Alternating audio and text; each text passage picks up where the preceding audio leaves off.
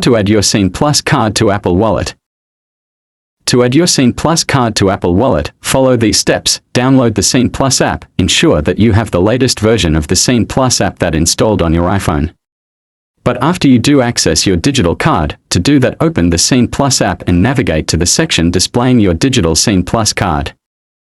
After you are done in those steps, next thing you need to do is to add to Apple Wallet. Look for an option labeled Add to Apple Wallet and tap it. After that, confirm addition. Follow any on-screen prompts to complete the process. If you don't see the Add to Apple Wallet option, ensure your app is updated to the latest version. When you add your Scene Plus card to Apple Wallet, it allows you to easily access your card, earn and redeem points faster, use Tap to Pay if supported, and get digital updates. So it basically makes using your Scene Plus card more convenient and seamless when shopping or earning rewards. And that's it. I hope this been helpful to you somehow and learned something new with me today. It's a rough one, but I believe you can get it together. But I think that was enough for this video. Thank you, and see you again in the next video.